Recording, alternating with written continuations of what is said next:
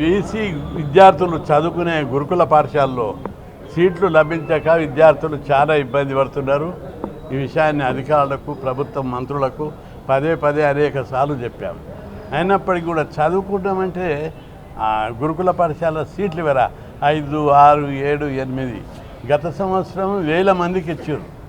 ఈ సంవత్సరం చాలా తక్కువ చేస్తున్నారు. కాబట్టి ప్రభుత్వం ఇప్పటికైనా స్పందించి గురుకుల పాఠశాలలో సీట్లు పెంచి అదనపు శిక్షణలు ఇచ్చి చదువుకునే పిల్లలకు తల్లిదండ్రులు ఏమడుగుతున్నారు, వచ్చి మా పిల్లలు చదువుకుంటారు, వాళ్ళ భవిష్యత్తు మారాలని అడుగుతున్నారు. శ్రీ చైతన్య నారాయణ లాంటి కార్పొరేట్ కాలేజీలకు, స్కూళ్ళకు, కాలేజీలకు పోరు. లక్షల రూపాయలు లేవు వాళ్ళ దగ్గర, బీసీల దగ్గర. కాబట్టి ప్రభుత్వం వెంటనే స్పందించి చదువుకునే ప్రతి ఒక్కరికి సీట్లు ఇవ్వాలని చెప్పి డిమాండ్ చేస్తున్నాం. అదేవిధంగా ఓ వార్త వస్తుంది, పంచాయతీరాజ్ ఎన్నికల్లో వెంటనే జరపాలని.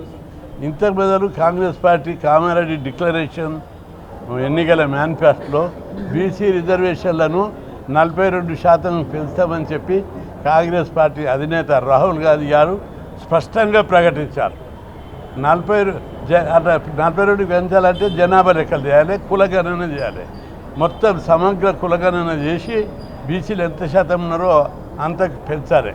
కులగణన చేయకుండా, రిజర్వేషన్లకు పెంచకుండా మేము లోకల్ బాడీ ఎన్నికలకు పోతామంటే ఎవరి జాగిరి కాదు, మర్చిపోవాలి అవన్నీ. ఇప్పటిదాకా బీసీలు శాంతియుతంగా మంచితనానే చెప్తున్నారు. రేపు బీసీలు తిరగబడితే మేము ఆధిపత్య కులాలను మేము ఏం చేసినా నడుస్తుంది. ఆ రోజులు పోయినాయి. ఈరోజు ప్రతి గ్రామంలో యువత చదువుకున్నారు, వాళ్ళందరూ తమ హక్కుల కోసం పోరాడుతున్నారు.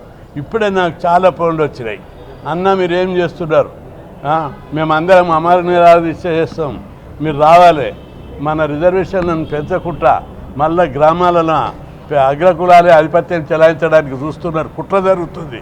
బీసీ రిజర్వేషన్లు ఏమి ముఖ్యమంత్రులు వాళ్ళే, మంత్రులు వాళ్ళే, కేంద్ర మంత్రులు వాళ్ళే. మేము సర్పంచులను కూడా కావద్దా బీసీలం, ఈ చిన్న కులాల వాళ్ళని బీసీలంతా రాష్ట్ర వ్యాప్తంగా కుతకుతలాడుతున్నారు. ఎన్ని ఉద్యమాలైనా చేస్తాం, రాష్ట్ర బంధులు జరుపుతాం, రస్తా రోకలు చేస్తాం, రాష్ట్రాన్ని స్తంభింపజేస్తాం. ఎట్టి పరిస్థితుల్లో రాహుల్ గాంధీ దగ్గర కూడా వేలాది మందిని తీసుకుపోయి మీరు ఇచ్చిన వాగ్దానం, మీ వాగ్దానం ప్రకారం పెంచండి అని చెప్తాం. రాహుల్ గాంధీని, గౌరవనీయులైన రాహుల్ గాంధీ గారు ఈరోజు బీసీ కాదును నెత్తి మీద ఎత్తుకొని తిరుగుతున్నాడు. బీసీలకు అన్యాయం జరిగింది, నేను మొత్తం నా జీవితంలో, రాజకీయ జీవితంలో బీసీల గురించే పోరాడతానని చెప్పాడు. ఆయన అంత పెద్ద ఎత్తున చెప్తుంటే ఇక్కడ నాయకులు, కాంగ్రెస్ నాయకులు రిజర్వేషన్లు పెంచకుండా ఎన్నో కుట్రలు చేస్తున్నారు. అది సరికాదు.